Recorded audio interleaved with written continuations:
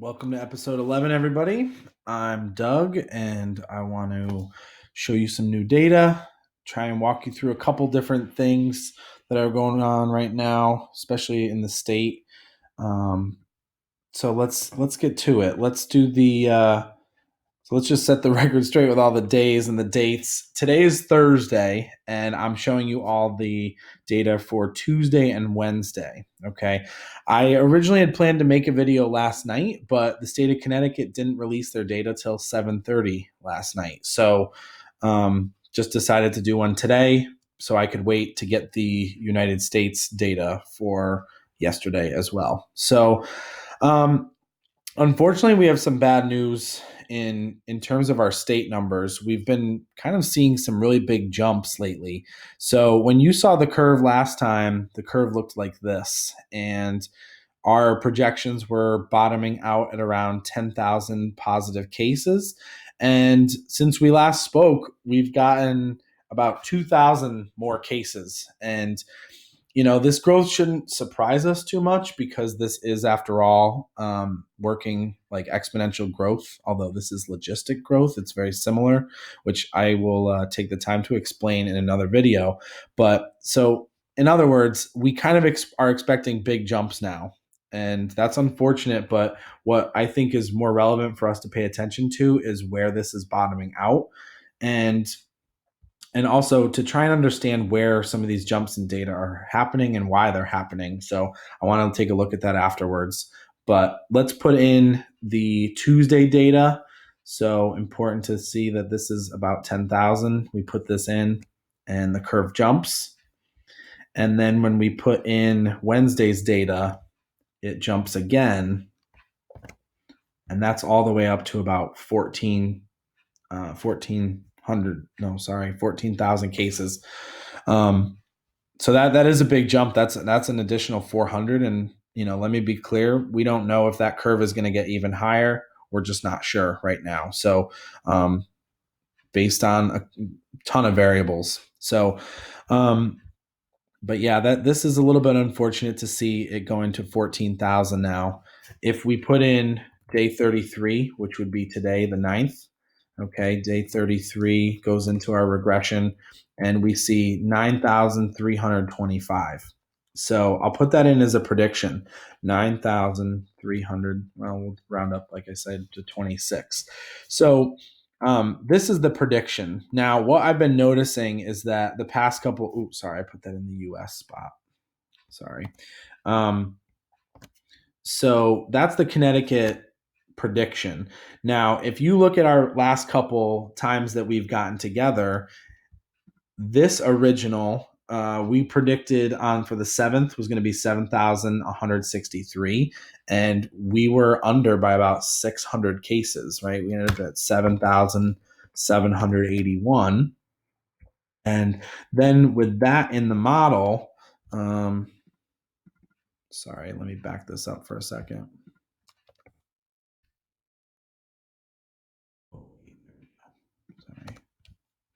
That's better. We had an extra variable or an extra digit in there by accident.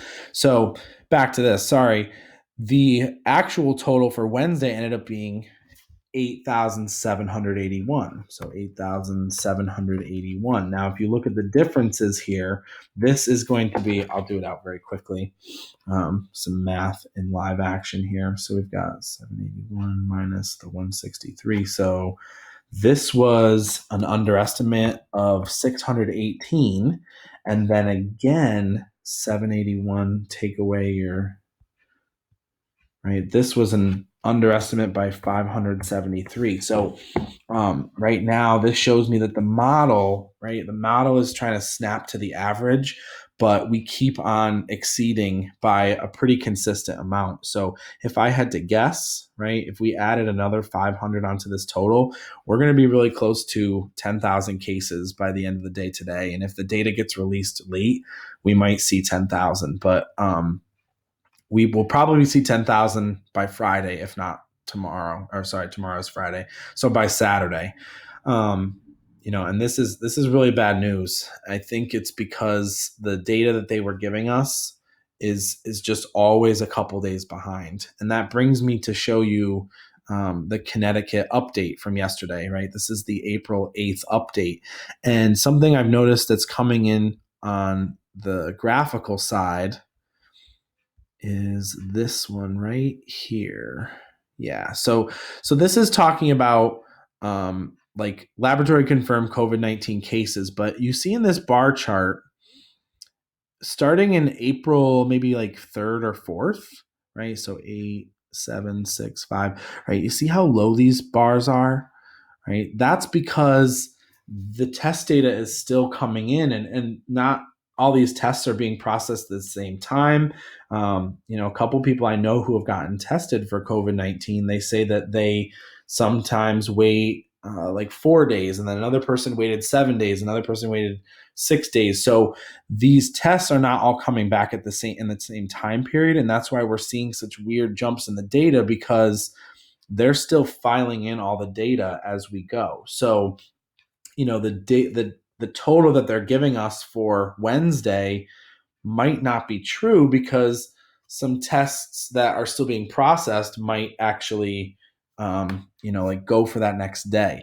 So there's always going to be this gray box of the last few days, and that's kind of why I'm leaning more toward, instead of daily updates, every other day, so I can give you at least 2 days of data, so we have a better understanding of, if it's an underestimate and it's by a lot, or if it's an overestimate by a lot, like we can make sense of that within a 2-day period. So the White House is actually trying to do that on a 3-day basis, but since we're dealing with so much, I figured 2 days is okay. We can navigate through that enough. So that gray box kind of shows you why we're seeing these inconsistent trends in the data. But with that inconsistency is coming consistency, because you can see that we're underestimating in the US by about 15,000 each day, and by about 600 in Connecticut each day. So there is a little bit of method to the madness here, unfortunately. But okay. So yeah, that's Connecticut. We're up at, let's put that back in now. Sorry, I'm kind of all over the place, still getting used to this 2-day format. But this is, like I said, bottoming out at 14,000 cases right now for Connecticut. And if we go over to let me save. If we go over to the US model, it was unfortunately more of the same, where we were under by about 15,000 people. So I want to put that data in. This is Tuesday. You can see it rose a little bit. And then let's put in Wednesday. And we had predicted that on Tuesday we were going to see a total that was over 400,000. So unfortunately we were correct about that. But with a little bit of new data, you see the curve is getting closer to 600,000 projected infected, like positive cases. We're not tracking fatalities at all, but this is just a number of cases. So we're seeing about 600,000 in the US. And a really good question I got asked by a friend of mine I play volleyball with. He's one of the best setters I've ever played with.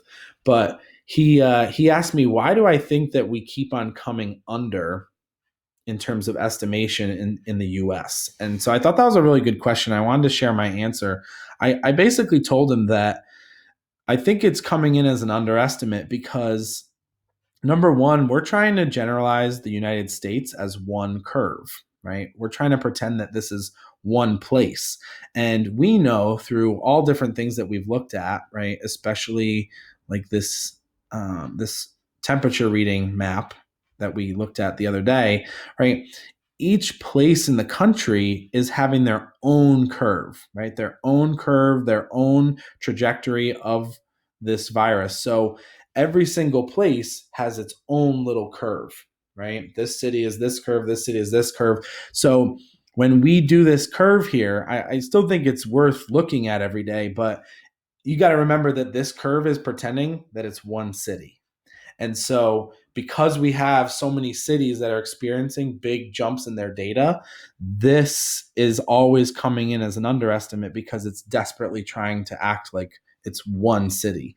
So we should expect to keep seeing underestimates. The only way we could be super diligent is if we had a curve here for every single city, and I don't have enough tabs, or nor do I have enough time for that. So we're just going to consistently keep checking with the US and kind of just have to okay ourselves with the fact that this is going to be coming under pretty consistently. So just wanted to address that and share that question with you. Keep your questions coming, because I think we can all learn together more. If I don't have the answer or I don't have an idea of it, I'm going to go try and find the answer, because I have no problem being one of the people who is trying to mathematically navigate through all this data. So before I let you go, I want to do an estimate for April 9th. So that would be day 55 for the US. And day 55 is estimating that we are going to see a total case number of 451,150.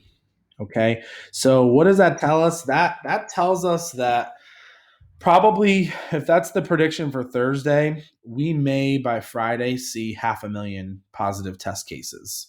So we might see the news tomorrow morning, and they might say that we have half a million positive test cases. So that's not really encouraging at the moment, and we just kind of have to see what the data gives us every day.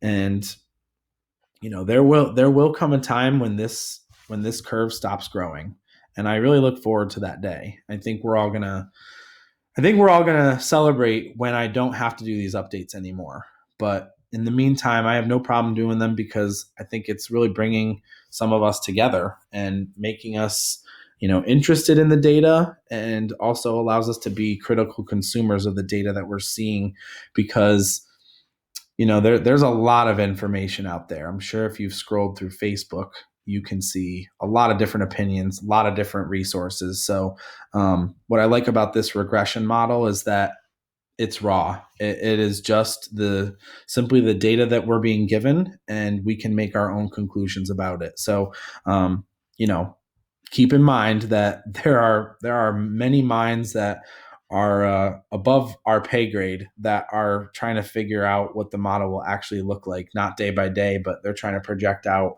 into months. So I don't.